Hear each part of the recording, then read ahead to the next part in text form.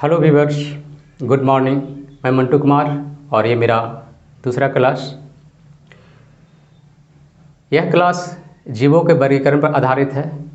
आपने मेरा पिछला क्लास अगर नहीं देखे हैं तो देखिए, अपलोड कर दिए गए हैं। और हाँ, जो लोग देखे हैं काफ़ी अच्छा रिस्पांस दिए हैं उस वीडियो में। आपसे एक गुजारिश है कि आप वीडियो को अंत तक देखें और कमेंट ज़रूर करें और अपने दोस्तों के बीच शेयर भी करें। उसके बाद आप उसे लाइक या डिसलाइक जो भी करें पर ज़रूर करें। तो चलिए हम लोग आज की क्लास को शुरू करते हैं। वर्गीकरण, जीवों का वर्गीकरण।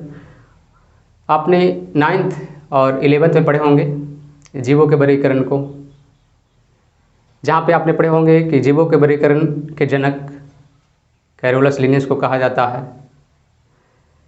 तो आज हम लोग देखेंगे कि उन्हें जीवों का वर्गीकरण का जनक क्यों कहा जाता है, क्यों उन्हें फादर ऑफ टैक्सोनॉमी कहा जाता है। इस क्लास में जानेंगे उन्होंने आखिर क्या किए थे, उनका वर्गीकरण किस आधार से हुआ था। लेकिन हम अभी शुरू करेंगे लिनियस के पहले के वर्गीकरण का सफ़र। लिनियस के पहले जो व्यक्ति जीवों को वर्गीकरण किए थे वो किस आधार पर किए थे, आखिर उन्हें क्यों नहीं वर्गीकरण का जनक कहा गया, और वर्गीकरण की शुरुआत कब से हुई, इस बात को देखेंगे। तो आइए शुरू करते हैं। भाषा की शुरुआत। मनुष्य भाषा की शुरुआत के साथ ही जो है जीवों के वर्गीकरण की भी शुरुआत कर देता है। शुरुआती अवस्था में मनुष्य उपयोगिता के आधार पर जीवों का वर्गीकरण करता है, यानी पौधे को औषधि, जहरीले पौधे या भोजन लायक पौधे के रूप में बांटते हैं, और जंतु को हिंसक या पालतू बनाने लायक जंतु, शिकार करने योग्य जंतु। इस तरह से उनके शुरुआती वर्गीकरण था। उपयोगिता के आधार के बाद जो है जीवों का वर्गीकरण उनके शारीरिक रचना के आधार पर किया जाने लगा, शारीरिक बनावट के आधार पर किया जाने लगा। और फिर समय के अनुसार जब डार्विन और लामार्क जैसे जैव वैज्ञानिक ने विकासवाद का सिद्धांत दिया, तो जाति वृत्तीय सिद्धांत के आधार पर जो है जीवों का नए ढंग से वर्गीकरण किया जाने लगा। जाति वृत्तीय का मतलब क्रम विकास के अनुसार जीवों का जिस तरह क्रमिक विकास हुआ है उस आधार उन्हें किस वर्ग में रखा जाए, किस जाति में रखा जाए, इस तरह का वर्गीकरण शुरू हो गया। और आज के मॉडर्न जो बायोलॉजी हैं, अब तो जीवों का वर्गीकरण जो है वो उनके जेनेटिक्स, डीएनए और जीन के आधार पर किया जाता है। तो शुरुआती अवस्था से ही जो है जीवों का वर्गीकरण होता रहा है। 1500 ईसा पूर्व तक उस समय के मनुष्य के पास एक बुनियादी वर्गीकरण था जीवों के बारे में। उसके बाद देखेंगे अरस्तु। पिछले क्लास में आपने अरस्तु को जाना होगा। अरस्तु को बायोलॉजी का पिता कहा जाता है, और भी बहुत सारी बातें हमने बताए थे पिछली क्लास में। अगर आप नहीं देखे हैं तो उन्हें आप जाके देखिए। तो अरस्तु ने जो है अपने पुस्तक हिस्टोरिया एनिमेलिया में जो है पूरे जीव जगत को 2 वर्गों में बांटे थे, पौधे और जंतु। उसके बाद उसके शिष्य थियोफ्रेटस, जिनको वनस्पति विज्ञान का पिता कहा जाता है, फादर ऑफ बॉटनी, इन्होंने अपने पुस्तक हिस्टोरिया ऑफ प्लांटेरम में पौधों को 4 वर्गों में विभाजित किए थे: शाक, झाड़ी, छोटी झाड़ियाँ और पौधे। तो वर्गीकरण जारी है। उसके बाद हम देखेंगे 1519 से 1603 ईस्वी। एड्रिया सेसल पिनो, ये इटली के जैव वैज्ञानिक थे, और इन्होंने अपने पुस्तक में लगभग 1500 वनस्पतियों का वर्णन किए। इन्होंने पौधों को काष्ठीय और शाकीय के रूप में वर्गीकृत किए हैं। काष्ठीय पौधा का मतलब हुआ वैसे पौधे जिनसे लकड़ियाँ प्राप्त हो, काष्ठीय पौधे, और शाकीय का मतलब हुआ ऐसे पौधे जिनसे लकड़ियाँ प्राप्त नहीं हो सके, शाकीय पौधे। एड्रिया सेसल पिनो को पहला टैक्सोनोमिस्ट कहा जाता है। यानी पहला व्यक्ति, वर्गीकरण करने वाला एक पहला व्यक्ति। उसके बाद हम बात करेंगे 1617 से 1705 ईस्वी। जॉन रे एक इंग्लैंड का एक अंग्रेज वैज्ञानिक थे और इन्होंने भी लगभग 1500 वनस्पतियों का वर्णन किए थे अपनी पुस्तक में।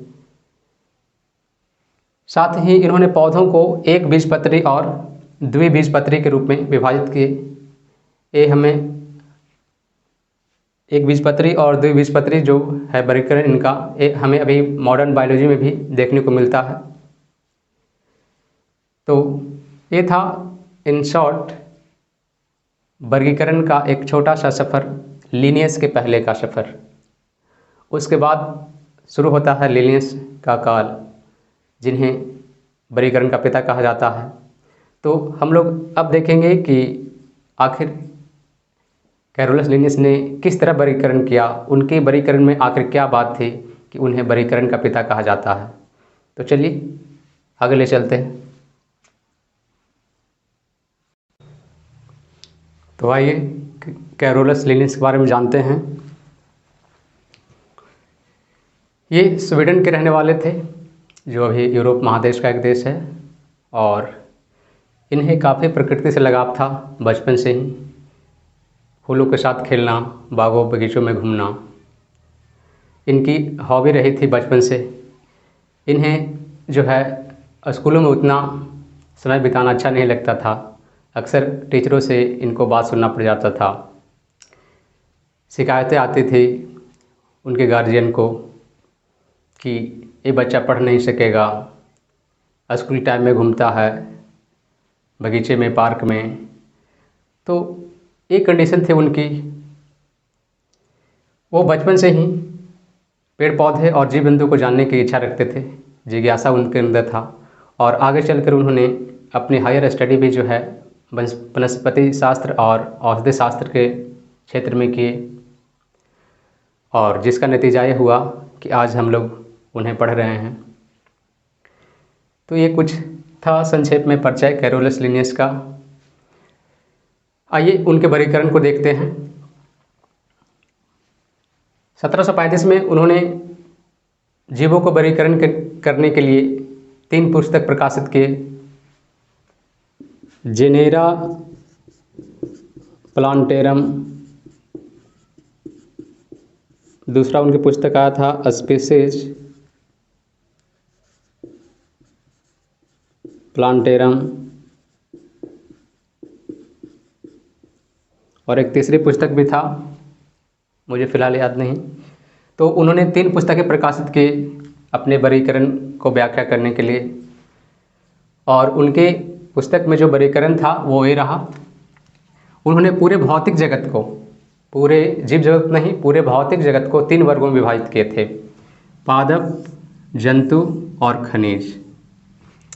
लेकिन अगर हम बायोलॉजी की बात करें तो इसमें खनिज का तो गिनती नहीं किया जाएगा। तो उन्होंने जीवों को 2 जगत में बांटा, 2 वर्गों में बांटे, पहला पादप और दूसरा जंतु।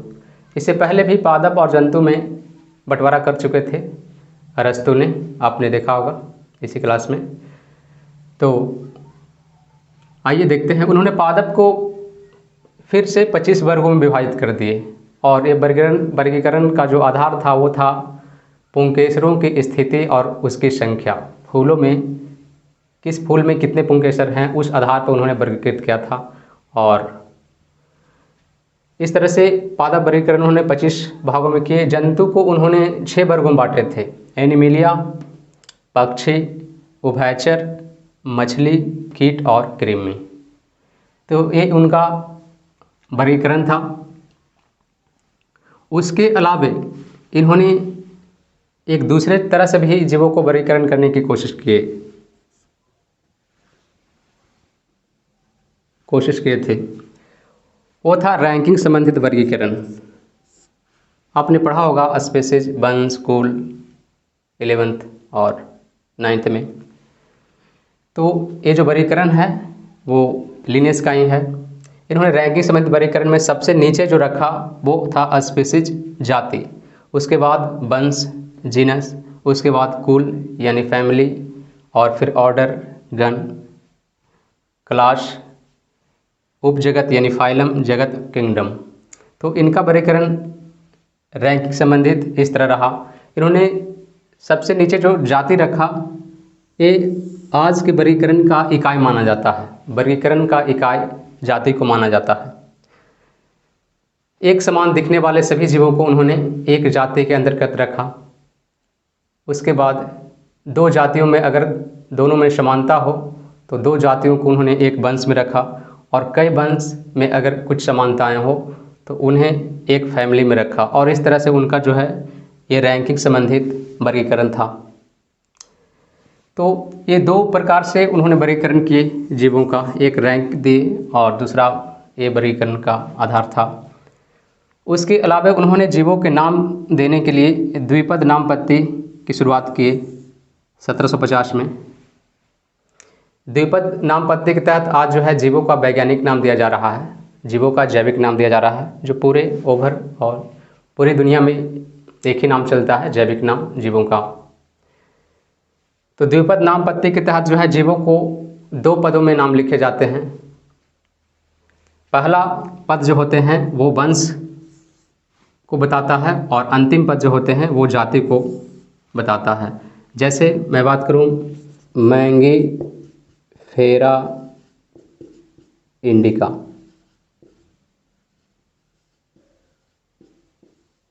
तो इसमें जो मैंगी फेरा है वो वंश को बताता है, और अंतिम पद जो इंडिका है वो इसके जाति को बताता है। तो इस तरह द्विपद नाम पत्ती कैरोल्स लिंच द्वारा दिया गया, और ये दोनों पद जो हैं लैटिन भाषा में लिखे जाते हैं। तो ये था इनका वर्गीकरण, इतना ही इस वर्गीकरण में। और देखिए इनके वर्गीकरण के बाद किस तरह से जीवों का और भी वर्गीकरण किए गए। चलिए आगे ले चलते हैं आपको। तो लिनियस ने जीवों को दो जगत में बांटा, पादप जगत और जंतु जगत। लेकिन इस समय बहुत सारे सूक्ष्म जीव जैसे जीवाणु, साइनोबैक्टीरिया, प्रोटोजोआ और कवक का खोज हो चुका था, जिन्हें किसी भी जगत में नहीं रखा गया था। तो एक जर्मनी वैज्ञानिक अर्नेस्ट हैकेल ने सूक्ष्म जीवों को यानी जीवाणु, साइनोबैक्टीरिया, प्रोटोजोआ और कवक को एक तीसरे जगत प्रोटोजोआ में रखकर उन्होंने पूरे जीवों को तीन भौतिक जगत में बांट दिया, पादप जगत, जंतु जगत और प्रोटिस्टा। उसके बाद एक फ्रांसीसी वैज्ञानिक ने 1924 में डॉड चैटन, इनका नाम है, इन्होंने पूरे जीवों को दो वर्गों में विभाजित किए हैं, प्रोकैरियोटिक और यूकैरियोटिक। प्रोकैरियोटिक वैसे जीव जिनके कोशिका में केंद्रक नहीं पाए जाते हैं, और यूकैरियोटिक जीव वैसे जीव जिनके कोशिका में केंद्रक पाए जाते हैं। तो इस आधार पर इन्होंने जो है पूरे जीवों को दो कैटेगरी में, दो भागों में बांट दिए। उसके बाद एक अमेरिकी वैज्ञानिक कोपलैंड ने 1938 में फिर से एक नया वर्गीकरण दिया, और इन्होंने पूरे सजीव जगत को चार वर्गों में बांटे हैं, पादप, जंतु, प्रोटिस्टा और चौथा मुनेरा। मुनेरा इनका वर्गीकरण है, बाकी तो तीन पहले से ही था। तो इन्होंने जो है प्रोटिस्टा के अंतर्गत प्रोटोजोआ और प्रोटिस्टा के अंतर्गत इन्होंने जो है प्रोटोजोआ और कवक को रख दिए, तथा जीवाणु और साइनोबैक्टीरिया के लिए एक अदर जगत की विचार दिए, वो था मोनेरा। इन्होंने बैक्टीरिया और साइनोबैक्टीरिया को एक अलग मोनेरा जगत में रख दिए, और इस तरह इन्होंने पूरे जीव जंतुओं के लिए चार वर्गों का प्रस्ताव दिए, पादप, जंतु, प्रोटिस्टा और मोनेरा। उसके बाद हम बात करेंगे विटेकर, जो एक अमेरिकी जैव वैज्ञानिक थे और इन्होंने अंततः कवक को अलग करके